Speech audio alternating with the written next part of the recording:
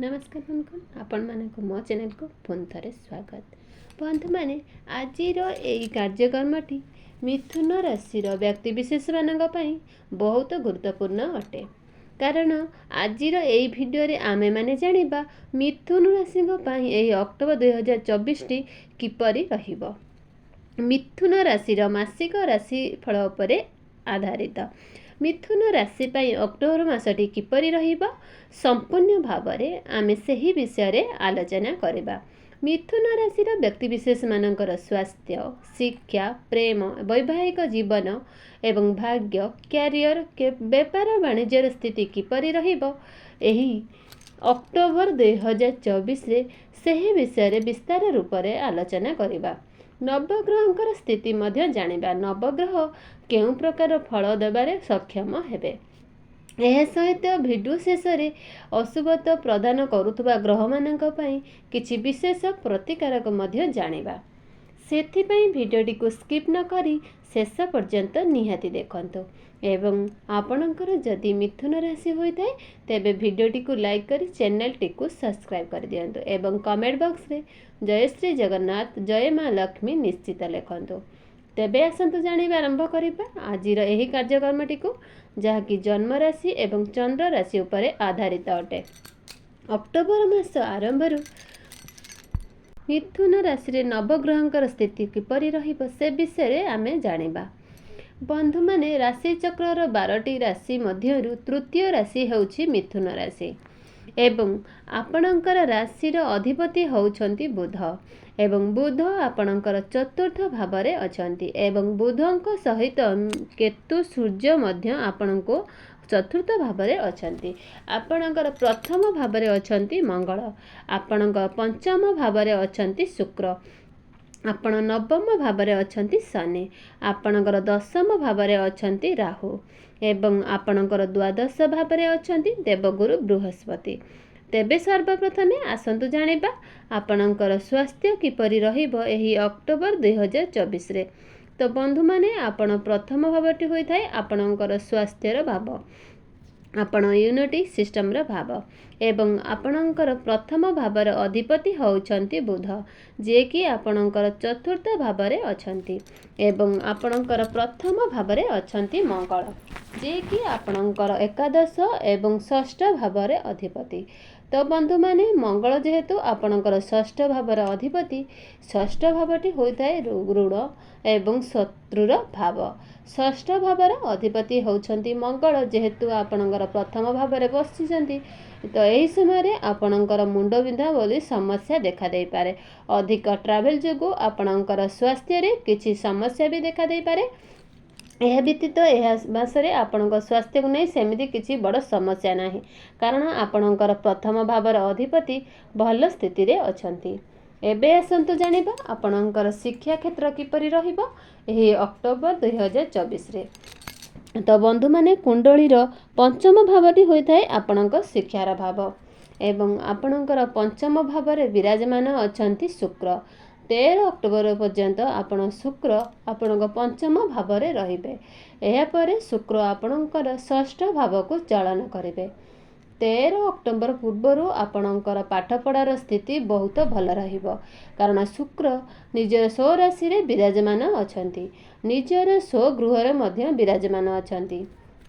तो 13 अक्टोबर पर्यंत आपणकर पाठपढ़ा को नहीं किसी चिंता करिवार आवश्यकता ही नहीं कारण शुक्र जेहेतु स्व राशि रे स्वगृह रे अछंती तो एही समय रे आपणकर बुद्धिमत बढ़िबो। आपणकर एही समय रे कोनोसी एग्जाम अछि तो एग्जाम मध्य आपणकर बहुत भल रहिबो। पाठपढ़ा को लेकिन आपण कोनोसी डिसीजन नबा को चाहुचंती तेबे 13 अक्टोबर समय आपणकर बहुत भल रहिबो।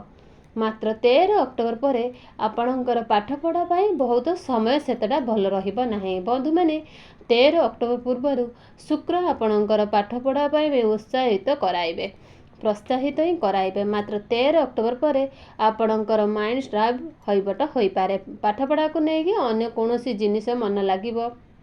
एबे आसंतु जानिबा आपणकर प्रेम जीवन किपरि रहिबो एही अक्टोबर 2024 रे।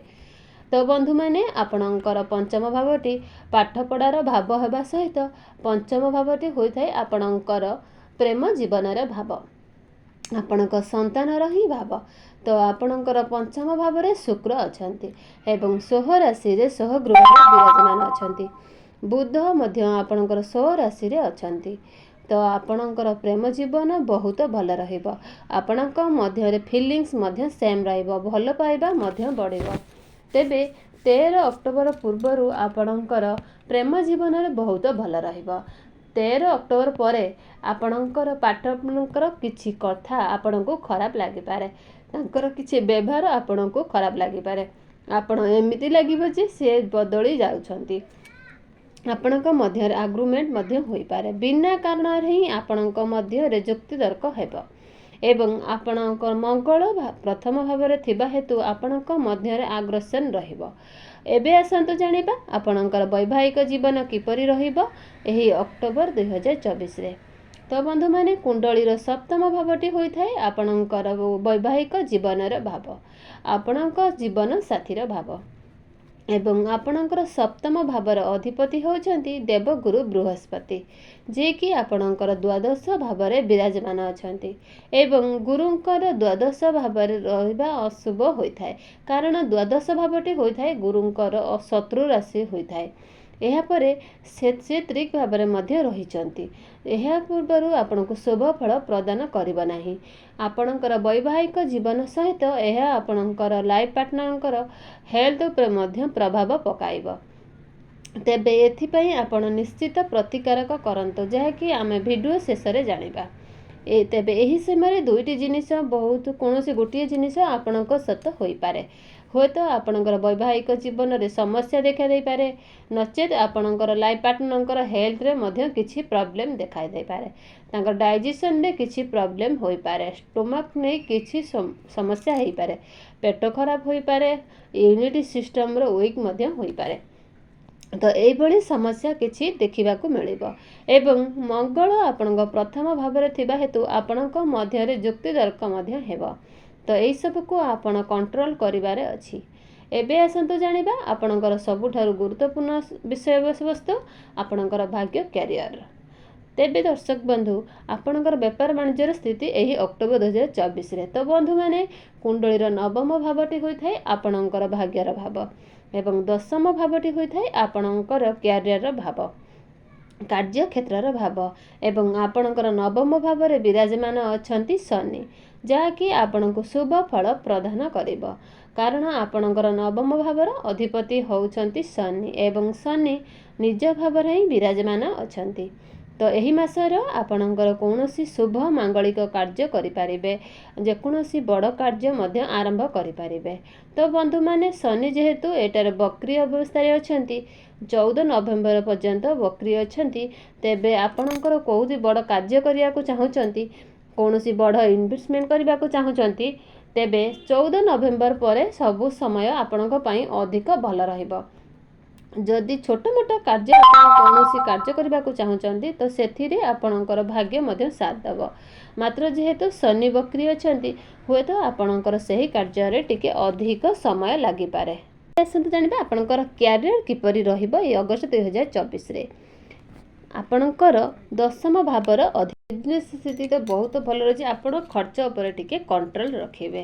ଏବେ ଆସନ୍ତୁ ଜାଣିବା କିଛି ବିଶେଷ ପ୍ରତିକାରକ ବିଷୟରେ, ଯେଉଁ ପ୍ରତିକାରକ ଗୁଡ଼ିକ କରିବା ଦ୍ୱାରା ଏହି ମାସରେ ଆପଣଙ୍କର ଆସୁଥିବା ସବୁତ ଅଶୁଭତ ଗୁଡ଼ିକ ଆପଣଙ୍କର ଖଣ୍ଡନ ହୋଇପାରିବ, ଆପଣଙ୍କୁ ଶୁଭତ ପ୍ରାପ୍ତି ହେବ। ତ ସର୍ବପ୍ରଥମେ ଆପଣ ପ୍ରତ୍ୟେକ ଦିନ ଗୁରୁଙ୍କର ବୀଜ ମନ୍ତ୍ର ଜପ କରନ୍ତୁ। ଓಂ ଗ୍ରାଂ ଗ୍ରିଂ ଗୁରୁଭୈ ନମଃ। ଏହି ମନ୍ତ୍ରକୁ ଆପଣ ପ୍ରତ୍ୟେକ ଦିନ 108 ଥର ଜପ କରନ୍ତୁ। ପ୍ରତ୍ୟେକ ଦିନ ହନୁମାନ ଚାଳିଶା ମଧ୍ୟ ପାଠ କରନ୍ତୁ ଏବଂ ଏହା ସହିତ ଆପଣ ପ୍ରତ୍ୟେକ ଦିନ ବୁଧଙ୍କର ବୀଜ ମନ୍ତ୍ର ଜପ କରନ୍ତୁ। ଓಂ ବ୍ରାଂ ବ୍ରିଂ ବ୍ରୁଂ ବୁ ବୁଧାୟ ନମଃ। ଏହି ମନ୍ତ୍ରକୁ ଆପଣ ପ୍ରତ୍ୟେକ ଦିନ 108 ଥର ଜପ କରନ୍ତୁ।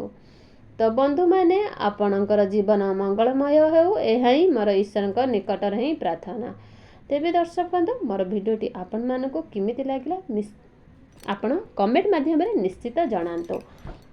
ଆପଣଙ୍କୁ ଯଦି ମୋର ଭିଡ଼ିଓଟି ଭଲ ପସନ୍ଦ ଆସିଥାଏ ତେବେ ଭିଡ଼ିଓଟିକୁ ନିଶ୍ଚିତ କମେଣ୍ଟ ଦ୍ୱାରା ଜଣାନ୍ତୁ। ତେବେ ଦର୍ଶକ ବନ୍ଧୁ ମୋର ଭିଡ଼ିଓଟି ଏଇଠି ରଖୁଛି, ପୁଣି ଦେଖାଯିବ ଆଗାମୀ ଏକ ନୂଆ ଭିଡ଼ିଓରେ। ତେବେ ଦର୍ଶକ ବନ୍ଧୁ ମୋର ଭିଡ଼ିଓଟି ଆପଣଙ୍କର ପସନ୍ଦ ଆସିଥିଲେ ଲାଇକ୍ ସେୟାର କମେଣ୍ଟ କରିବାକୁ ଜମାରୁ ବି ଭୁଲିବେନି।